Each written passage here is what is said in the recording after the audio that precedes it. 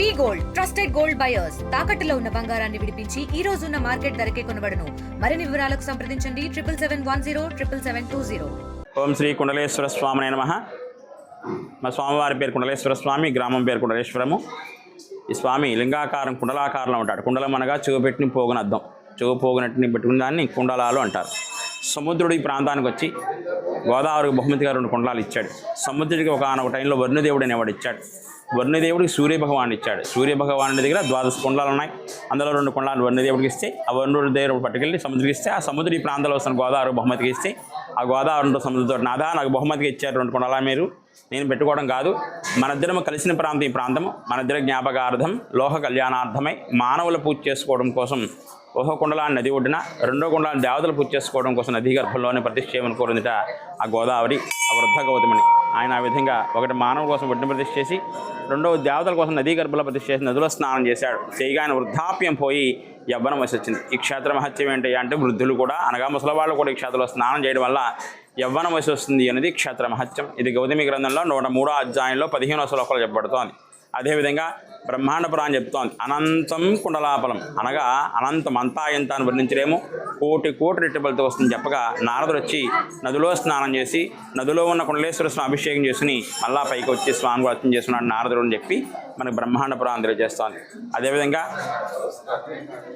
ఇవన్నీ కూడా పురాణాలు అవుతే, మానవులు సంచరించక ముందు ఈ క్షేత్రానికి దర్శనం చేసుకోవడానికి మార్కండేయుడు వచ్చాడు. ఆయన అర్ధాయుష్యానికి చిన్నదలను ఆయుష్ తిరిగిపోతుంటే యమధరాజు తీసుకుపోతున్నప్పుడు ఈ స్వామిని దర్శనం చేసుకుని హిమాలయాల్లో తపస్సు చేసుకుని యమధరాజు శిశిలి టైంలో ఈ స్వామి గురించి ఈ శ్లోకం చదివాడు. కుండలీకృత కుండలేశ్వర కుండలం వృషవాహనం. కుండలాకారంలో ఉన్న ఓ కుండలేశ్వర స్వామి వృషవాహనుడవై అనగా నందివాహనుడవై ప్రాంతంలో ఉన్నావయ్యా.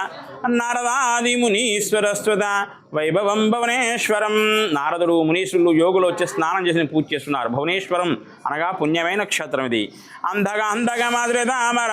అంధకాంతుడనే రాక్షసుడు ఒక టైంలో శివభక్తులందరూ చంపేస్తున్నప్పుడు, ఓ కుండలేశ్వర నీ భక్తులను కాపాడుకోవడం కోసం గతంలో అంధకాంతుడు రాక్షసుని సంహరించావయ్యా, అలాంటప్పుడు నేను నీ భక్తిని నా యమధరాజు తీసుకుపోతాను కాపాడవని అడుగుతున్నాడు మార్కండేయుడు. చంద్రశేఖరమాశ్రయే మమ నన్ను కింకరిష్మతి.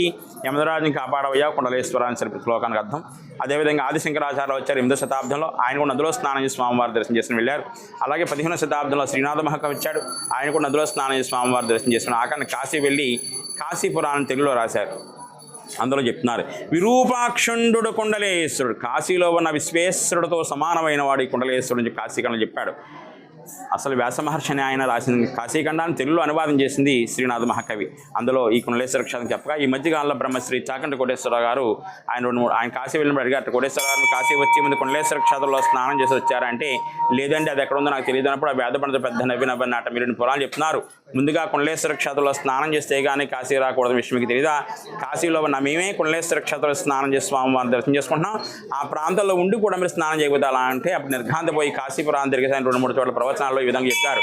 కాశీ వెళ్ళే వారందరూ కూడా ముందుగా కుండలేశ్వర క్షేత్రంలో స్నానం చేసి కాశీ వెళ్ళండి చెప్పడంతో చాలామంది క్షేత్రాన్ని దర్శనానికి వస్తున్నారు. ఎందుకు స్నానం చేసి వెళ్ళాలి? కోటేశ్వర గారు చెప్పినట్టు స్నానం చేసి వెళ్ళారనుకోండి, భక్తులందరూ కూడా కాశీ వెళ్ళేవారందరూ కుండలేశ్వర క్షేత్రంలో స్నానం చేసి వెళ్ళారనుకోండి, వెళ్ళగానే గంగలో ములుగుతారు, వెళ్ళగానే గంగాదే ఉండదు. ఈ భక్తుడు నాకు ఎటువంటి పాపాలు అంటించలేదు కనుక వీటి శివ సాధ్య పొందగాక అని ఆశీర్వదిస్తుంది స్నానం చేసి వెళ్తే. అదే స్నానం చేయకుండా వెళ్ళారనుకోండి, వెళ్ళగానే గంగలో ములుగుతారు, ములగానే మన పాపాలను కడిగేసినట్టుపై ముచ్చెంలా పైకి తేలుతారు. మనకైతే పాపాలు ఉండవు, కానీ ఆ తల్లికి మన పాపాలు అంటుకుంటామట. ఈ పాపాలను గంగాదేవి కంటే ఆవిడ హంస రూపం వల్ల అనగా తెల్లటి రూపంలో నల్లగా అయిపోతుంది, అనగా కాకి రూపం ధరిస్తుంది. ఆ కాకి రూపం పోవడం కోసమని రాత్రి వేళలు కాకి రూపంలో వచ్చి కుండలేశ్వర క్షేత్రంలో స్నానం చేసి మరునాడు అక్కడ హంస రూపాలు ఉద్భవిస్తుంది అని కాశీపురం అని చెప్తాం. అదే ప్రతి భక్తుడు స్నానం చేసి వెళ్తే ఆ తల్లి ఎప్పుడు హంస రూపాలాగా ఉండదు, ఆవిడ కాకి రూపం రాదు, ఇక్కడ రావాలని పని లేదు. ఇది కుండలేశ్వర క్షేత్రం కాశీలో చెప్పిన మాట. అంత విశేషం ఏంది, గోదావరిలో మహారాష్ట్రలో నాసికత్రి ఎంపకంలో బయలుదేరిన గోదావరి మొట్టమొదటిగా కొవ్వూరుని ప్రాంతానికి వచ్చింది. రాజమండ్రి పక్కన కొవ్వూరుని ప్రాంతానికి, అక్కడి నుంచి ఈరోజు చాలా అదృష్టంగా భావిస్తూ ఉన్నాను. పుణ్యక్షేత్రమైన కుండలేశ్వర స్వామిని ఈరోజు దర్శించుకోవటం నిజంగా గతం నుంచి కూడా నేను కాశీకి వెళ్దాం అంటే ఆ శివుడు అనుగ్రహం లేకుండా ఆయన ఆపుతూ వచ్చాడు. అయితే ఈ కార్తీక మాసంలో ఖచ్చితంగా వెళ్ళాలి అనుకున్నాను. అనుకోకుండా ఇక్కడ కొంతమంది కోరిక మేరకు నేను ద్రాక్షారంలో చేసుకోవాల్సిన పూజ ఈరోజు కుండలేశ్వరంలో చేసుకుంటే, మరి కుండలేశ్వర స్వామి వారి చరిత్ర అంతా చెబుతూ మరి చాగంటి కోటేశ్వరరావు గారికి ముందుగా మీ ప్రాంతంలో ఉన్న కుండలేశ్వర స్వామి ఎదురుగా ఉన్న గోదావరిలో స్నానం చేసి ఇక్కడ దర్శించుకున్న తర్వాతే కాశీకి వెళ్తే అది విముక్తి పాపాల నుంచి అని చెప్పి, పూర్తి విముక్తి అని చెప్పి చెప్పడం జరిగిందని గురువుగారు చెప్పడం, మరి దానికోసమే నన్ను ఆ పరమేశ్వరుడు ఇంకా అనుమతి ఇవ్వలేదేమో అక్కడికి కాశీ రావడానికి అని చెప్పి భావిస్తూ ఉన్నాను.